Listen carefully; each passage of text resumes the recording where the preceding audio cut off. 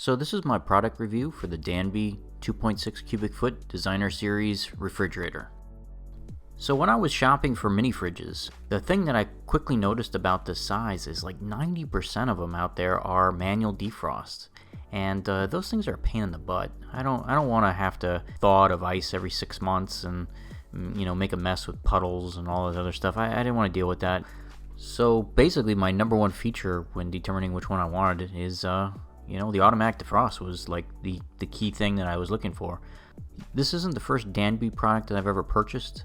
I used to have a Danby mini fridge back when I was a teaching assistant at a college, and I always had really good luck with the Danby products. I was always very impressed with the quality.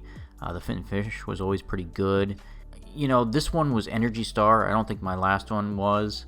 And this one really is the quietest refrigerator I've ever experienced. I can't emphasize that enough. This thing is almost dead silent. I mean, when it's running, you can barely hear it. It's just like a light hum.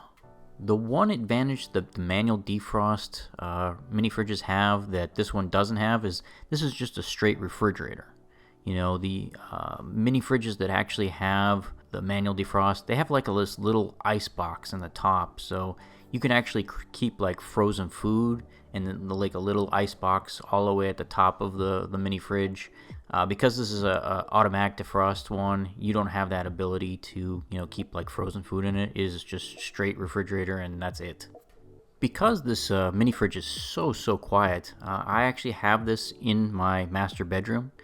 So if your number one criteria is finding a really quiet mini fridge, then I don't think you're going to find one better than this particular Danby. The Designer Series is just amazingly silent. Now, I don't know if the standard Danbys are as quiet as the Designer Series. It's been so long since I had like a standard Danby. I mean, when I was a TA, that was like 20 years ago, so I don't remember how loud it was.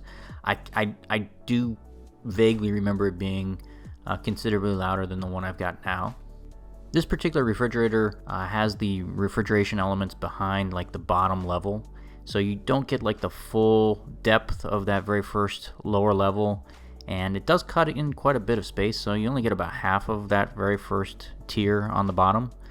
There are plenty of cubbies throughout the refrigerator. It's got 2 racks that I think can hold 2 liters on the door, and there's a space for 8 cans of soda on the door as well, so it's pretty convenient. They did space it out pretty well. I spaced out my shelves so I can actually have bottles of water standing up on the middle shelf, and that's how I decided to space my adjustable shelves. This is a very basic refrigerator. There's really only the one dial on it to set the temperature, the thermostat. It took me a little bit to find it, because I expected it to be inside like most refrigerators. Like when you open the door and you look into the back, you usually see the thermostat there. But this one's kind of concealed on the back of the refrigerator, so you actually have to look over the top of it to see the thermostat, and then the dial is like facing up. So it's a very unusual way to mount it. Like 90% of the refrigerators out there usually have the thermostat inside the unit when you open the door. Another interesting touch that I've never seen on other refrigerators is they actually had a circuit diagram like mounted on the back of the unit. Like if there's a repair technician that came out to the house to do any type of repairs, it's already got the diagram, so it shows like the troubleshooting flow of how to repair the unit if there's some sort of issue with it, like not blowing cold or something. That seems like a really thoughtful touch. And all of the major components seem to be easily accessible from the back of the unit, so repairing it should be pretty straightforward.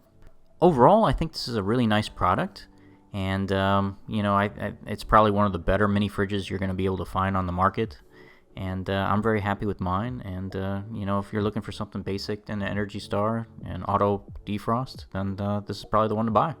Thanks for watching my review of the Danby refrigerator. If you enjoyed this video, don't forget to like and subscribe.